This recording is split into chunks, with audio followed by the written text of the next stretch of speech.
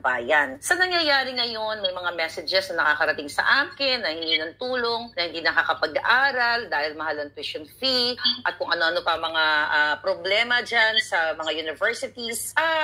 As a legislator now, let's claim that. Ano po ang maiko-contribute ng isang Attorney Vic Rodriguez sa mga kabataan, sa larangan ng edukasyon, at paano natin mahihikayat ang mga kabataan na magkaroon talaga ng participation sa pag-govern sa ating gobyerno. Let's say, mag-aral sila, then after that, dapat maging part sila ng society o ng ating gobyerno na meron talagang pagmamahal para maging one day, magiging leader sila like you. Una, siguro, not necessarily in the form of legislation, probably using the oversight function or power of the Senate and as a senator, kung nga ay tangkilikin ho ninyo.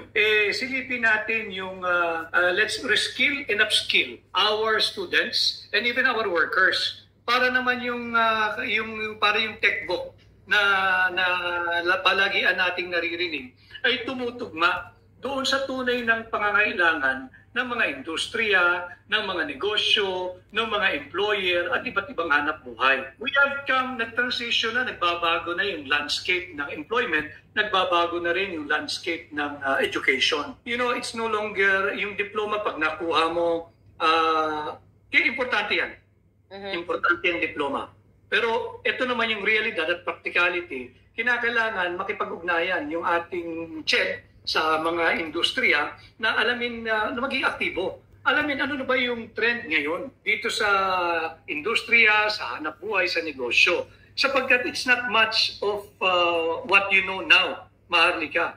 It's what you do with what you know. Employers are no longer after na may diploma ka o may diploma ka, graduate ka. Halimbawa, kagaya ko ng legal management. Nalalaman mo to, assuming alam mo to. O ang tinitingnan nila ngayon, paano mong gagamitin yung nalalaman mo? Kinakailangan meron ka ng critical and strategic thinking. Kinakailangan meron ka ng problem-solving skill. Kailangan problem solver ka na rin. At tinitingnan din yung pagiging yung creative aspect ng isang empleyado. Siguro pag napalakas natin pa yung pakikipag-ugnayan ng CHED sa mga industriya and makakaskade ito sa mga eskwelahan, universidad, all the way hanggang sa junior, senior high school, mabibigyan natin ng higit na fighting chance yung ating mga kabataan. And idagdag ko lang, marami rin tayong nakakasalamuha na kabataan. In fact, sa bilang ng mga botante, higit silang nakararami na. Yung iba nagiging passive na kahit naman sino na ang aming iboto riyan, mauuwi lang din sa korupsyon. Yung iba naman sinasabi, ang hirap kasi, attorney, parang ang umabot na tayo sa punto na ang hirap ng mahalin ng Pilipinas, alis na lang kami, mag-migrate na lang kami, maghahanap buhay kami, magpapakasakali sa ibang bayan. Yung iba naman sinasabi, ang hirap mahalin. Parang ang hirap ng mahalin ng Pilipinas at mga Pilipino.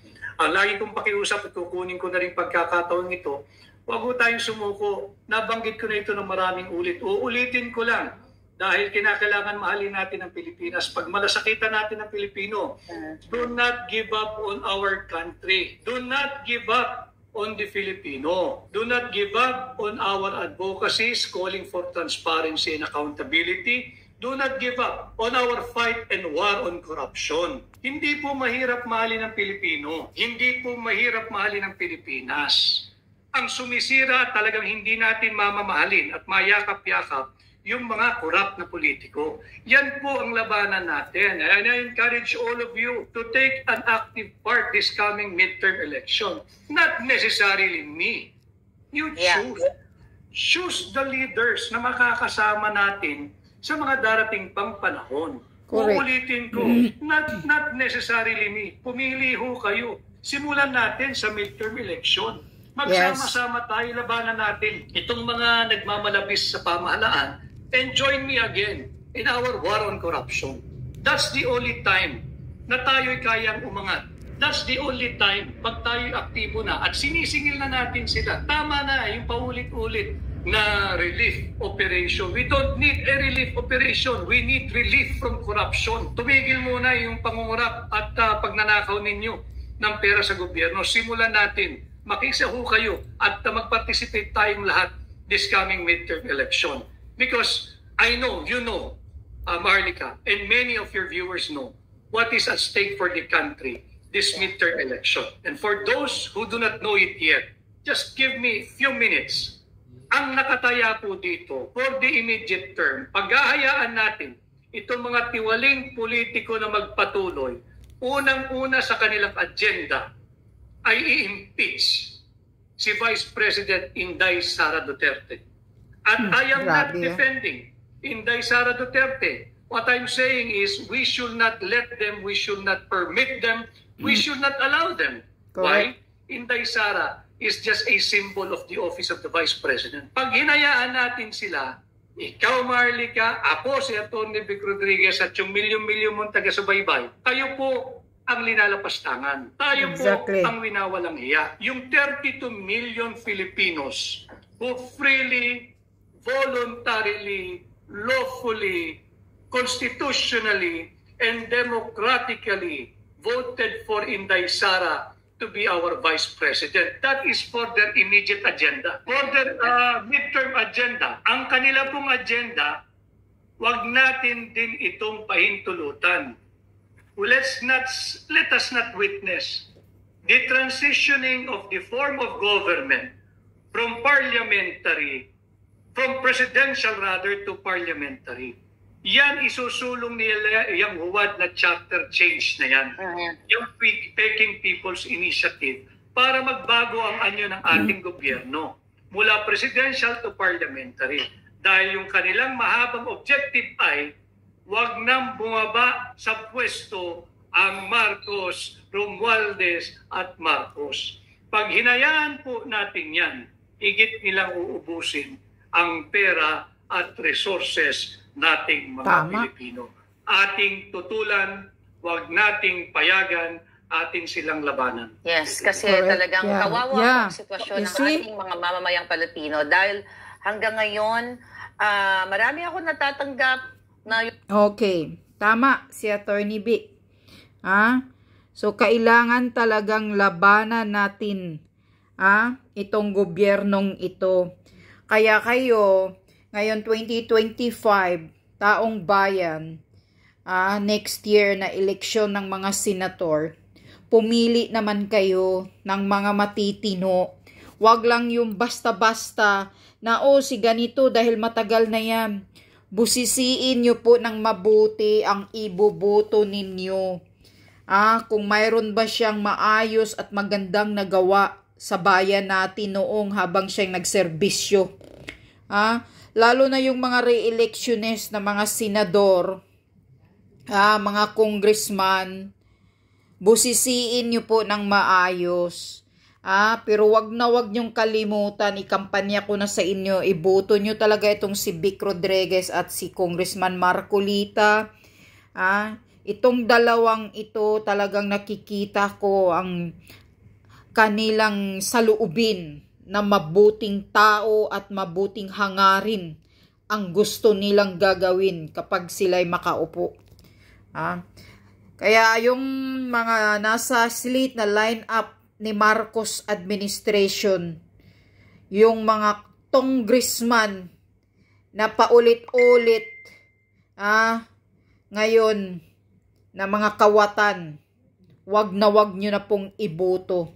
Kasi nang dahil sa pagkakamali ng ninyong pagboto sa kanila, kaya ganito ang nangyayari sa Pilipinas ngayon. Hirap na hirap kayo. Yung isang pagbutong pagkakamali ninyo sa kanila, 6 years o 3 years, kayong pinapahirapan nila. Sila ang yumayaman, pero kayo, pinapahirapan, tuloy-tuloy ang paggapang ninyo sa kahirapan. Tingnan nyo ngayon ang nangyayari sa Pilipinas. Dahil sa pagkakamali ninyong pagbuto kay Marcos Bangag. So ano ang nangyayari ngayon sa Pilipinas? Parusa ang natatanggap ninyo. Yan ang kapalit sa pagkakamali ninyo sa pagbuto sa kanila. Kaya next year pumili kayo ng maayos. Wag nyo nang ibubuto yung mga congressman na mga recycle, na mga kawatan, lalo na yun, nasa linya ni Marcos administration, dahil yung mga tao na yan, parehas-parehas lang yan kay Bangag mga walang prinsipyo, walang panindigan, walang malasakit sa inyo. Ang iniisip lang nila, dumikit kay Bangag, dahil si Bangag ngayon ang gobyerno, at iniisip nila yung sarili nilang interest na mananalo sila. Yun lang yun. Pero hindi nila alam kung gaano kayo kahirap, gaano kayo pinarusahan ng administrasyong ito. Lalo na yung baha. Sinong may kasalanan yan? Kasalanan ng kawatan ng mga politikong binubuto ninyo. Kaya ngayon naghihirap kayo sa baha. At lalo na yung balak nila na i-impeach si Sara Duterte, talagang gusto nilang tuluyan si Sara Duterte.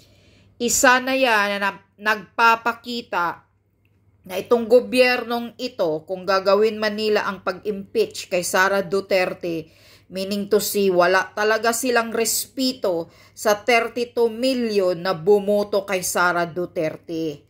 Binabalahura nila kayo. Kaya kayo, next election 2025, maging matalino naman kayo mga Pilipino. Huwag na kayong bumoto sa mga popular na maputang ina na wala namang nagawa sa bayan. Yung slate ni PRRD na mga senatorial under Duterte yan, pwede yan iboto ninyo. Dahil hindi naman mga kawatan yan. Yung mga kawatan, yung mga congressman na nasa slate ni Bangag Marcos Jr., ibagsak natin lahat yan.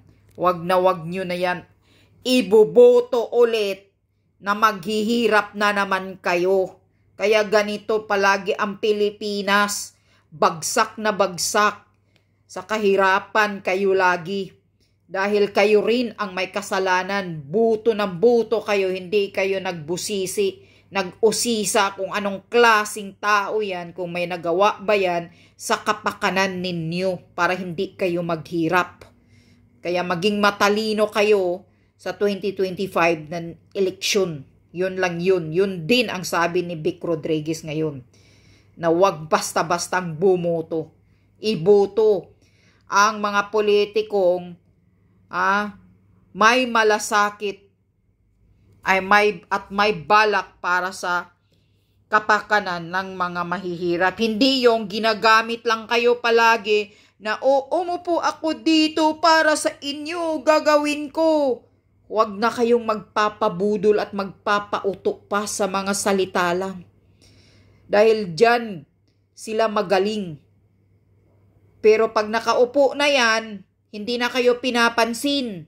Katulad ni Abante. Congressman Abante, maraming nagsisisi dyan sa Maynila. Ni wala daw nagawang tulong sa mga constituent niya.